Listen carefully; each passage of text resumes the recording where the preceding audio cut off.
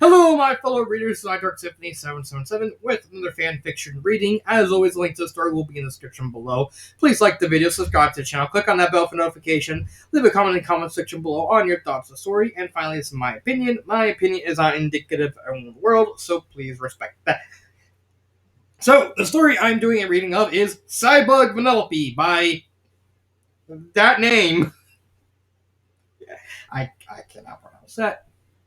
This is a Wreck-It Ralph fanfiction. I actually remember reading this fanfiction before. I saw it randomly like years ago, and I thought, "Holy shit, this is actually really clever." So I thought I'd find it and do a reading of it. And here we are. So let's get started. Vanellope looked over her shoulder, doubtful that King Candy had driven himself off the racetrack. She shrugged and pushed forward, more determined than ever to reach the finish line. She drove into the Rainbow Bridge cave, and with no other racers behind her, she could focus on keeping her cart from falling into the dark abyss. For her, it was like riding a roller coaster, and she was having more fun than she ever thought she'd have in her life. But the fun soon came to an end when King Candy drove in from another track and rammed his cart into Vanellope's. The poor glitch was stuck on the hood of the ruler's cart, forced to lock eyes with the boiling bad monarch. "Get off my track!" the fanatical king barked at her. "Hey!" Vanellope tried to reverse off King Candy's cart, but it was no use. "What are you, crazy?" King Candy plucked his candy cane from his holster. "I forbid you!" He wedged it between the steering wheel and gas pedal to keep the cart moving. "To cross!" He plucked the radio stand from the cart. "That finish line!" He climbed up over his cart's windshield and started swinging at Vanellope. The girl dodged his attacks as she chipped away at her cart's windshield. "Hey! Knock it off!" Ralph was at the finish line, smashing Cybug after Cybug into the ground around him. He finished off the last wave of hungry monsters in time for his partners to call his attention to the Jumbotron. "Ralph, look!" He saw Vanellope dodging King Candy's swings at her as they drove through the tunnel. "Kid!" By the time Candy had destroyed the windshield of Vanellope's cart, the girl had grabbed hold of the staff and was fighting to wrench it from her ruler's grasp. The physical exertions caused Vanellope to ripple with glitches. No, King Candy caught some of her glitches. "Stop it!" Vanellope was too caught up to notice the changes happening before her. Let it go! Pixels of white rippled across Candy's body. "Yeah!" She saw pixel of red surround Candy. "I'm not letting you do all my hard work!" The voice of the king sounded demonic and possessed. Felix jumped down as the familiar sight materials on the Jumbotron. "Is that?" By the time the glitching subsided, the sprite occupying the sugar white cart had taken the shape of a skull and of Kit Bukowski. I completely forgot this fanfiction randomly references Kit Bukowski, of all things. That show was honestly just an acid trip. That was like a weird show Disney made. And a Kit Bukowski helmet perched atop a red and white racing suit. Ralph gazed at the infuriated face of a man whose name had gone down in Litwack history as the local definition of absolute evil. No way! Vanellope reeled in shock as the zombified race car driver stared her down with a Patrick Bateman glare. That's cheesy. "What the? Who are you?" "I'm Turbo, the greatest racer ever, and I did not pre-program this world to let you and that halitosis riddled warthog take it away from me." He knocked the candy cane loose and stamped the gas pedal with all his might, turning the cart to flip Vanellope's cart sideways. He paused long enough to show off his wide-eyed yellow piano to the camera with an outstretched thumb up. "Turbo-tastic!" Vanellope saw a column in the middle of the track and realized that the range virus was going to ram her into the column. Turbo clenched his teeth and practically stood on the gas pedal. "End of the line, glitch!" Vanellope was used to hearing King Candy roll L's in the same way that most people rolled R's, so she had the opportunity for an epiphany. "Glitch!" That's it. Come on, Vanellope. I know you said you weren't going to do it again, but you're going to do it again. Just one more time. Just focus, concentrate, and glitch! She suddenly appeared upright to the left of the column and sped full speed to the tunnel's exit. "Sweet mother of monkey milk, I did it!" "No!" Turbo tried to clear the column, but his cart grazed the column and he lost control, skidding into the column and wiping out. The wipeout was punctuated by a high-pitched scream from outside, followed by a metallic jaw clamping shut. Turbo got back on his wheels and sped down the track in search of Vanellope, who he had to stop from crossing the finish line if he was to maintain his position as king of Sugar Rush. There's no sign of a little glitch anywhere. Felix was keeping an eye out for the girl's arrival. I don't see her, Ralph.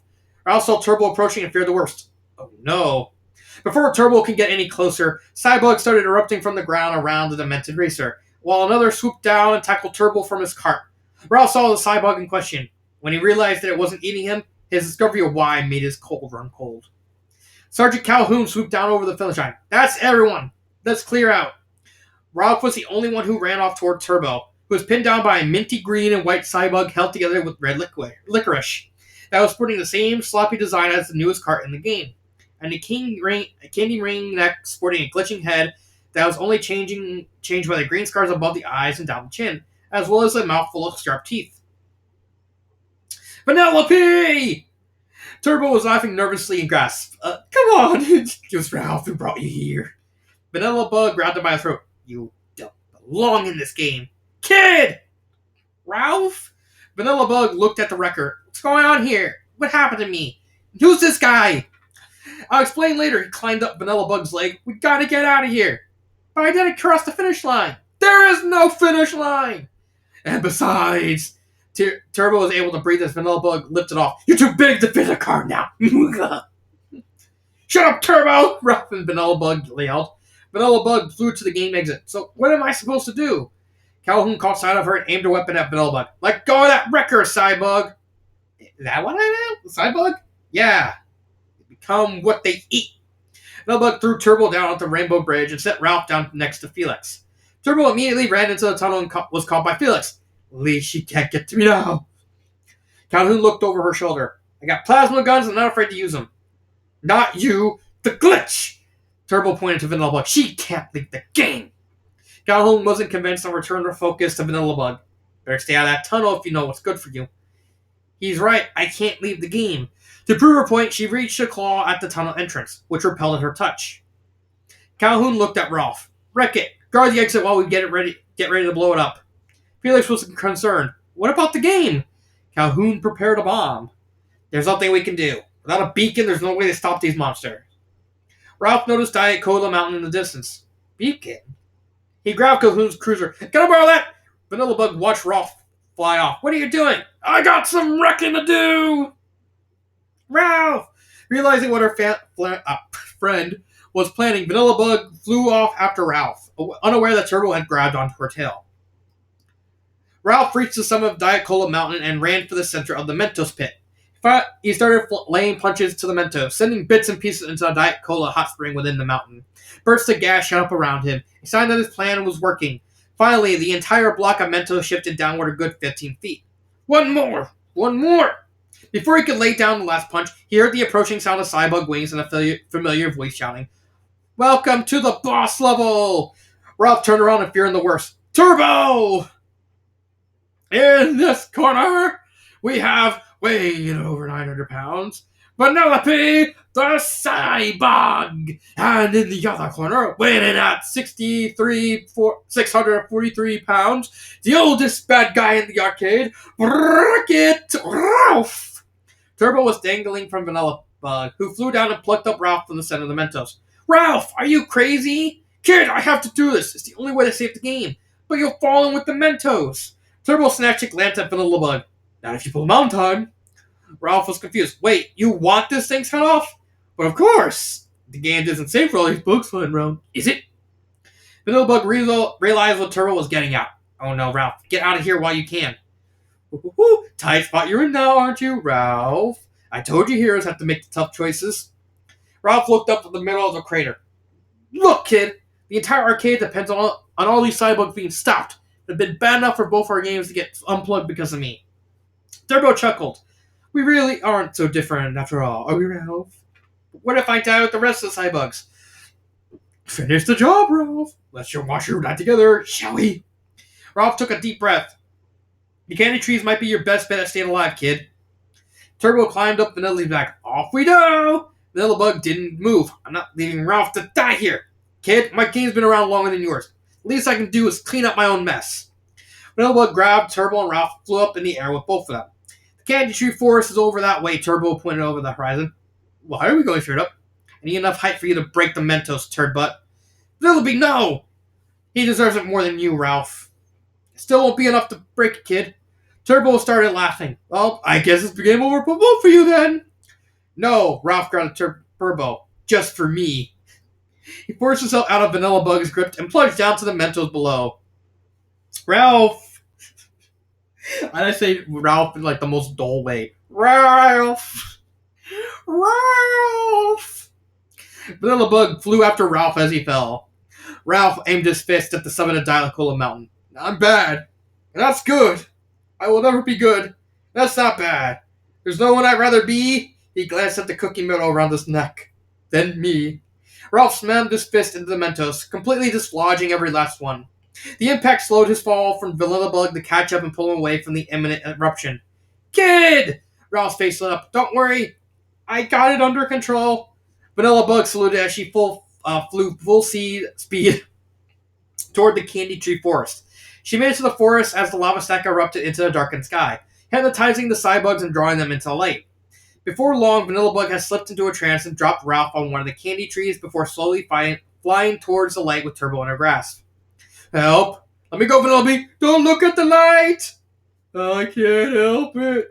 It's so beautiful. just a massive reference to Bug's Life of all things. Turbo could feel the heat of the beacon growing near as Vanilla Bug dazedly flew closer. No, no, no! His squirming brought him headlong into the lava, and he was gone with the fizz. The lava foe fizzled out before Vanilla Bug reached it. Fortunately, she was the only Cybug left in the game now. Whew! What a rush! Vanilla Bug flew back to the Candy Tree Forest to find Ralph. She found him perched atop the tree she left him at. I think that did the trick. Sure did. Vanilla Bug picked up Ralph and tossed him onto her back, which was covered in chocolate from her cart. He landed face first in the hearted frosting. Chocolate! He started laughing as Vanilla Bug made course for what remained of the finish line. It's chocolate! I love chocolate! He started licking Vanilla Bug's back like crazy. Ralph, stop! That tickles, Vanilla Bug laughed. Felix had witnessed the Cybug's demise from the game's entrance. Aha! You did it, Ralph! Way to go, brother! He jumped up and kissed Calhoun on the cheek. Calhoun just stared at the handyman in shock before grabbing him by the shirt. Yeah. His lips were smothered by Calhoun's. Hearts orbited their heads as they embraced each other. Soon, Felix was fixing the finish line for Vanilla Bug to cross. All fixed. Ralph dismounted the Vanilla Bug. You ready for this? Vanilla Bug curled herself up, as ready as I'll ever be. Calhoun stood at the ready, prepared for the worst. The finish line lit up and as the mutated racer rolled herself across it. As she unfurled herself, her body started to glow. Whoa, what's all the magic sparkles? In the code room, Vanellope's code box regained its connections and reintegrated itself into the grid. Light oozed out from all over Vanilla Bug's body, compelling Calhoun to brace herself behind a gun drop, keeping her weapons ready. In an instant, a blinding flash showered the entire game world with sparkles. The game's inhabitants returned to the game in time for their memories to be restored. At the finish line stood a girl in a fancy pink dress, a sugary white crown, and a candy cane stuffed to her hand. Sour Bill, stuck in a light hop, was the first to reach her. Now I remember. He turned to face the group of racers gathered at the finish line. All hail her rightful ruler, Princess Vanellope. Yeah, I thought this was okay. It's just a what if scenario. It's like instead of the Cybug eating Turbo, what would happen if it ate Vanellope? I think the idea is as executed, as it can be, because it still keeps like the big thing with like Rolf's lesson and breaking the Mentos into the Diet Cola. 3 out of 5. That wasn't long enough, so I got another fanfiction that in my backlog. The Strength by Mimic Tyrio. It's another Toho fanfiction involving Patchouli, the lovable notebook nerd her. Mikyu. Okay, so I'm just going to finish this up real quick because I need to actually get ready to go to sleep after this. So let's get on to it. The forest near Scarlet Devil Mansion basked in morning light, the light lending the brittle auburn and yellow leaves on the ground in a golden hue. But Julie wrapped her tartan cloak more tightly around herself as the cool air nipped at her skin. For all that characters in novels whacked raspity about fresh autumn breeze, the few times she had experienced it personally had left her cold. Every once in a few years, she would feel a brief inclination to leave the comforts of indoors and visit the treacherous world outside. It was an obligation more than it was a pleasure, a verification the great outdoors bore some resemblance to the worlds within books. Thus, she performed her excursions as solemnly as any other day. Those you know, Patchouli has like asthma and anemia, and I think like a vitamin D deficiency. So she's like a very sickly girl, mainly stemming from the fact that she like lives in her library. There's that. So where was I? At? She made some concessions to leisure. All the same, three of Vermilia's fairy maids followed her down the dirt path, each with a burden. The first carried a spare blanket, second additional books to the one Patchouli had tucked underneath her arm, and intended to pursue after she found a suitable spot for her outing. The last maid carried a hefty picnic basket, her hands trembling from the weight. Patchouli sniffed at the air and grimaced. There was a smell of rot hanging around in autumn, the only season she ever experienced voluntarily. There was no pollen to aggravate her asthma like in spring or summer, but also none of the withering frost of winter. As little as she cared for nature, if she ever had to pick one, season of red leaves always won. If only it could smell nicer. She sighed and looked ahead for a good place to stop.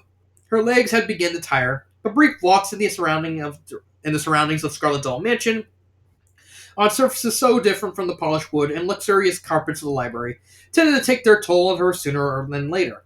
It was about time she spread out the blanket and spent the rest of the afternoon firmly wrapped in warm cloths and sipping tea as she engrossed herself in her reading. Ha! Patchouli blinked and turned her head rapidly enough for whiplash. Rubbing her pained neck, she squinted, trying to make out the source of the summoned sound. Hiya! Celestin figure Maylene vanished back behind some trees as soon as Patchouli spotted it. Patchouli left the path and gingerly approached the clearing, the fairies following with worried looks on their faces. Sure enough, she again caught sight of Mei-Ling, otherwise known as Best Girl, standing with her legs wide, hands in front of her in a defensive position, slowly bouncing up and down between trees. Her eyes were shut and deep was no opponent, so Patchouli surmised she was sparring with her shadow. As she looked on, Mei-Ling inhaled deeply and opened her eyes, revealing a fiery, intense gaze that was unusual as it was becoming of her. Hiya! Shifting her momentum, Mei-Ling punched forward at a staggering speed, her hand barely visible as it moved. As soon as she pulled her fist back, she punched the air again and again, several times in succession, each punch accompanied by a new yell. Yeah! She shifted her moment once more. Yeah! She leapt into a flying spin kick and flew through the air with cat-like grace. Her sequence done, Mei-Ling walked away from her landing spot. Rubbing her neck, she looked up with a faint smile on her lips. Her eyes met Patchouli's. Lady Patchouli's. Lady Patchouli. She immediately stood to attention and saluted Patchouli. Her hair gleamed like copper with a ray sun touched it. Patchouli nodded curtly, dismissing Mei-Ling's salute with a lazy wave. Sparring today, then? Mei-Ling's shoulder relaxed, and that smile that had disappeared from her face returned. Yes, Lady Patchouli. It is important to train regularly, to keep your skills honed even when they are not finding use otherwise. She turned away from Patchouli and released a fury of punches in the air. Air swishing. She turned back towards Patchouli, beaming like the sun. Like so, Lady Patchouli, I try to get at least 6 hours of exercising every week. Whenever I have a day or an afternoon off, work hard, exercise hard. Nap hard, Patchouli added with a wan smile. Whether Mei-Ling understood the jab or not, she nodded earnestly. Yes, Patchouli, getting enough rest and during your training regimen is very important. Yes. Patchouli examined her fingernails. No wonder the maids find you leaning into the mansion walls fast asleep on a regular basis, then. Mei-Ling's cheeks flushed a little as one of the fairy maids giggled. Indeed? Patchouli tilted her head. Better change the subject in hopes that the hapless gatekeeper would stop stammering.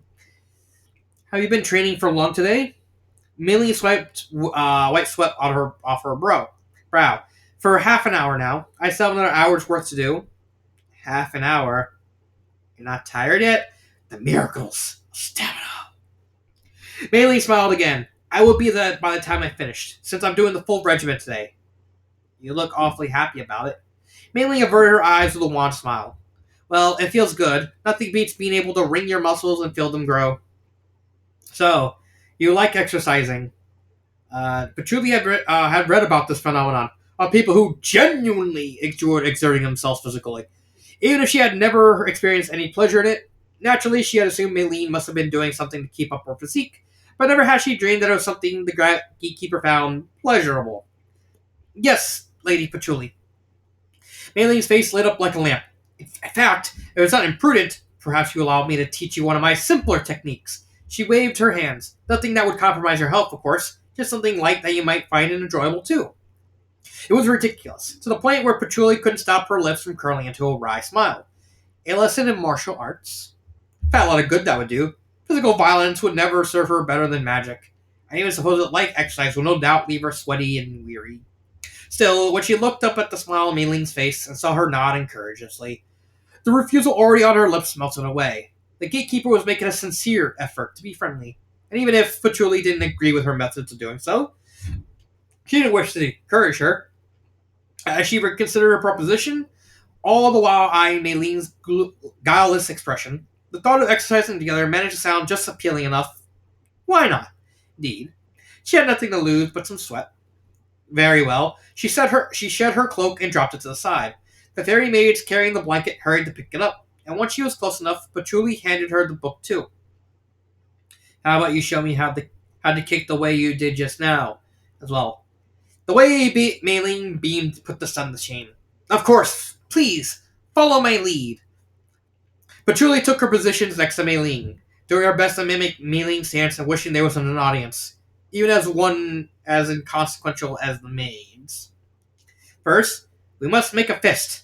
Mei-Ling nodded as Patchouli did just that. Very good, Patchouli. Only, perhaps you ought to move your fingers a little. She reached toward Patchouli and hesitated. May I? By all means. Mei-Ling nodded again, then playfully placed one hand underneath Patchouli's to support it.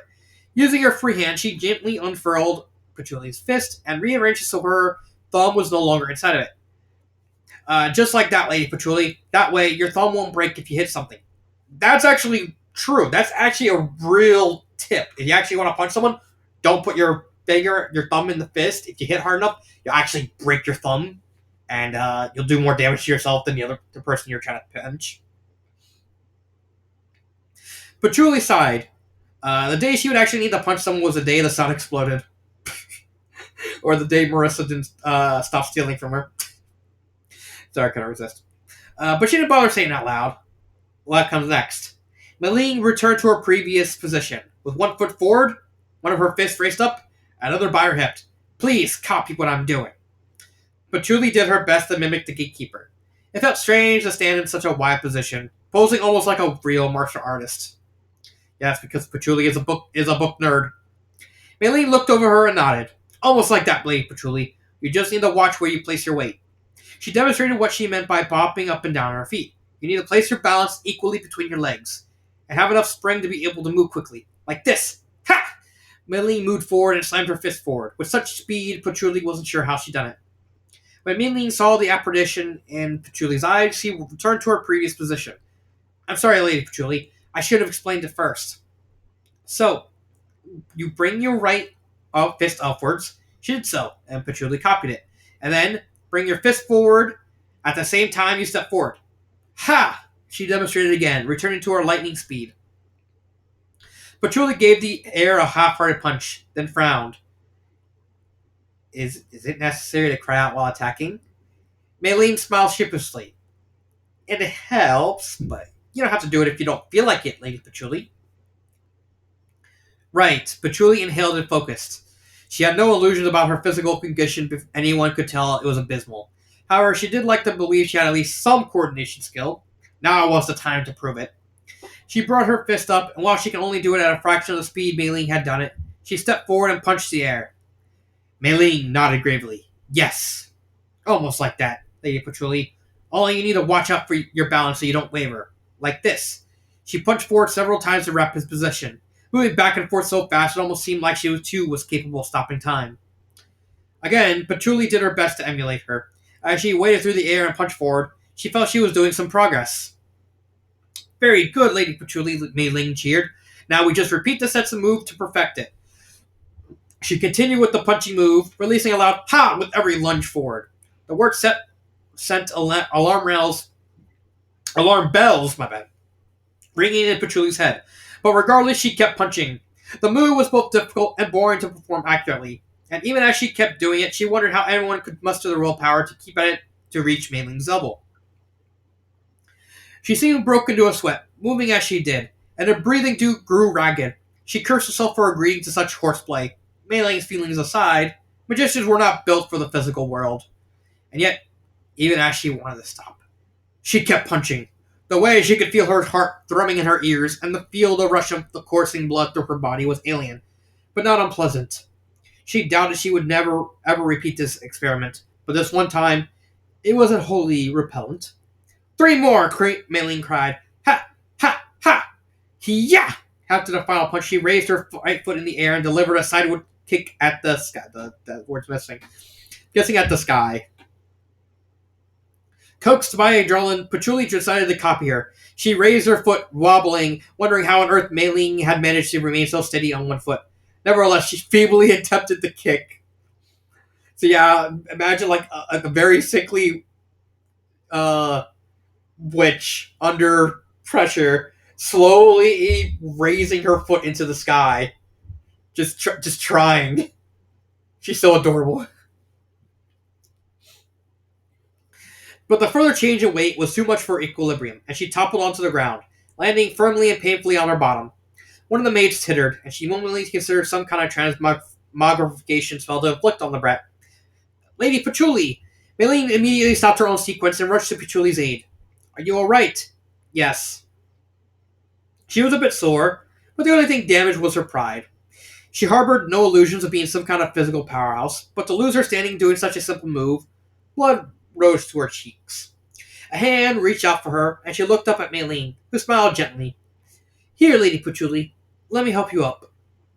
Patchouli accepted the hand gingerly, and was immediately pulled back to her feet with such strength that she half expected her arm to pop straight off of the socket. She gasped, but just as the pain turned to agony, it was gone, leaving Patchouli standing upright with an aching shoulder. Mei Ling must have heard her cry as all color drained from her face. Are you okay? Are you sure you're alright, Lady Patchouli? You look really pale.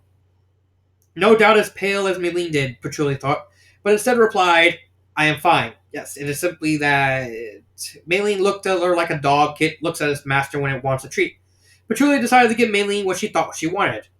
An honest compliment. You're very strong. Mei Ling looked away and chuckled bashfully, scratching the back of her head.